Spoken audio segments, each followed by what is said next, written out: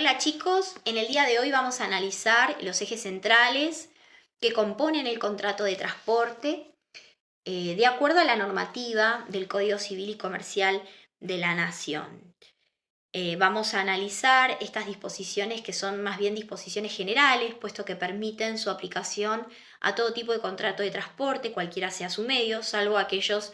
que estén regulados por leyes especiales, como por ejemplo el transporte contemplado en el Código Aeronáutico, en la Ley de Navegación o el transporte multimodal de mercaderías.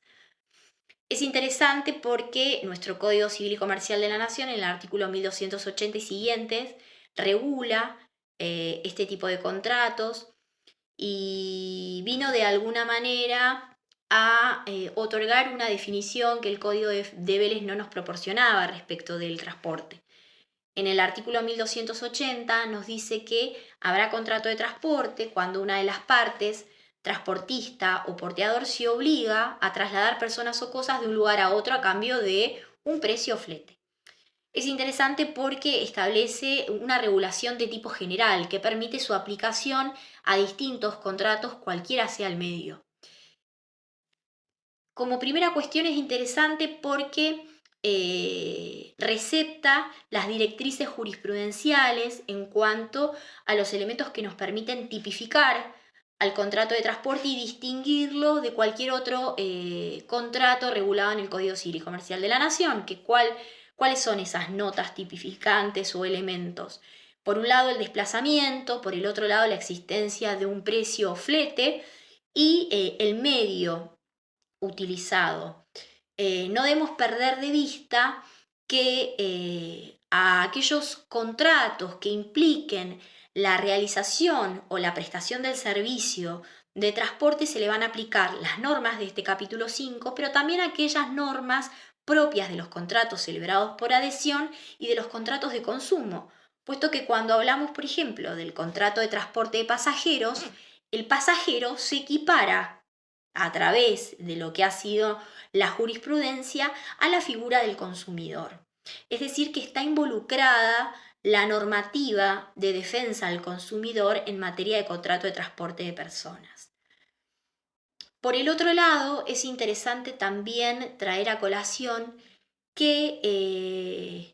el artículo 1282 del Código Civil y Comercial excluye al contrato de transporte gratuito, es decir, el contrato de transporte es oneroso, la onerosidad es un elemento necesario. Inclusive en aquellos contratos en los cuales no se haya determinado el precio, la ley no lo considera gratuito cuando ese servicio es prestado por quien realiza una actividad habitual de transporte. Y aquí incorpora o incluye el elemento de la habitualidad para considerar al contrato de transporte como un contrato oneroso, de manera que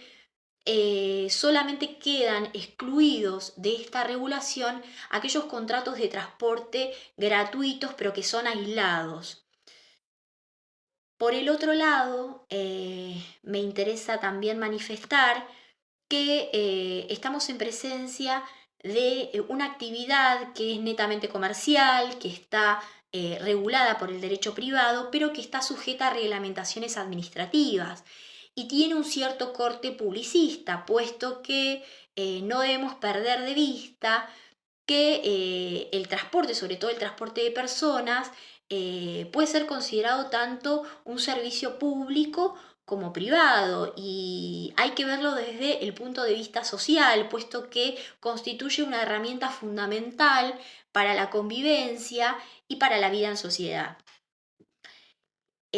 Una vez sentada la base para comenzar a analizar nuestro contrato, debemos hacer referencia al artículo 1284 del Código Civil y Comercial de la Nación, que nos regula el plazo.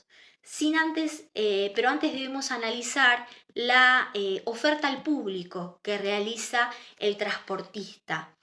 El artículo 1283 nos dice que el transportista que ofrece sus servicios al público está obligado a aceptar los pedidos compatibles con los medios ordinarios de los que se valga, excepto que exista algún motivo serio de rechazo. Entonces, como vemos, este artículo establece obligaciones a cargo del transportista que hace oferta al público del servicio de transporte, y también obligaciones a cargo de los pasajeros o cargadores, que tienen que seguir las instrucciones del transportista conforme a los reglamentos y leyes que regulan la materia. Los transportes al mismo tiempo se deben realizar conforme al orden de los pedidos, y en caso de que haya varios pedidos simultáneos, el transportista le tiene que dar preferencia a aquel pedido de mayor recorrido. ¿Cuál es el plazo que tiene el transportista para realizar el traslado? Lo tiene que hacer en el término convenido o en los horarios establecidos, y en defecto de ambos tiene que seguir los usos del lugar en que deba iniciarse el transporte. Hay que tener en cuenta que el retraso en el traslado de las cosas transportadas impone como sanción la pérdida del flete, salvo que pudiera acreditar que no se debe una causa imputable a él, es decir, que pruebe una causa ajena. No debemos perder de vista que el contrato, ¿sí?, comienza no en el momento en que se realiza el traslado o el desplazamiento, sino que podemos decir que las disposiciones normativas se aplican tanto en el momento del embarco como el desembarco, es decir, no solamente tiene en cuenta el tiempo del traslado, sino también el ingreso, que tiene que ver con el ascenso, el descenso, la estadía del pasajero en los lugares de espera, y como así también todo lo que tiene que ver con el transporte efectivo. En lo que tiene que ver con el transporte de personas, la jurisprudencia ha establecido que no es necesario que el viajero tenga consigo el boleto, puesto que la sola circunstancia de encontrarse arriba del vehículo implica que el transportista ha consentido de manera tácita que el pasajero viaje, salvo que se pruebe lo contrario. Son muy importantes las obligaciones de las partes, que algunas de ellas ya las mencionamos cuando hicimos referencia a la oferta al público que realiza el transportista. Por un lado, tenemos que decir que el transportista debe ofrecer al público sus servicios, que tiene que tomar aquellos pedidos que sean compatibles con los medios ordinarios que utiliza, salvo que hubiere un motivo serio de rechazo, que esos pedidos se tienen que realizar conforme al orden, y que en caso de que haya pedidos simultáneos se tiene que dar preferencia a aquel de mayor recorrido. Por el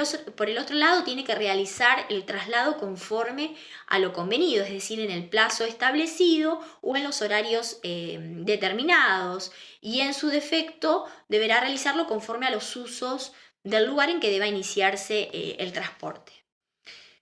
Por el otro lado, el transportista también, en el caso del transporte de pasajeros, tiene que proveerle al pasajero un lugar seguro para viajar, ¿sí? Porque tiene que trasladarlo conforme a lo convenido y garantizar su seguridad, es decir, que llegue a destino sano y salvo, tanto él como su equipaje. Y por el otro lado están las obligaciones del pasajero, que en principio, bueno, tiene que seguir las instrucciones impartidas por el transportista o porteador conforme a la ley y a los reglamentos, presentarse en el lugar y los momentos convenidos para poder iniciar el transporte, cumplir con las disposiciones administrativas, observar los reglamentos que establece el transportista para, bueno, ordenar el viaje, y también obedecer las órdenes del porteador. Y por el otro lado tiene que acondicionar el equipaje conforme a las medidas y al peso reglamentarios. Es importante en relación a este tema la responsabilidad que tiene el transportista. Cuando hablamos de transporte de personas, debemos hacer referencia a las disposiciones contenidas en el artículo 1757 y siguientes del Código Civil y Comercial de la Nación, que prevé la responsabilidad derivada de la intervención de cosas y de ciertas actividades que sean riesgosas o peligrosas por su naturaleza, por los medios empleados o por las circunstancias de su realización, como lo es el caso del transporte. El fundamento de esta responsabilidad se basa en el deber de seguridad que tiene el transportista de trasladar a las personas sanas y salvas a su lugar de destino. Es decir, que el factor de atribución es ese deber de seguridad que torna a la responsabilidad como una responsabilidad objetiva, ¿sí? Donde el mero incumplimiento contractual acarrea responsabilidad del transportista, salvo que acredite, ¿sí? Alguna causal de interrupción del nexo causal. Entonces, en este caso, lo que se presume es la culpa del deudor y basta con que el pasajero acredite la producción del daño sufrido durante el transporte para que exista responsabilidad. No debemos perder de vista nunca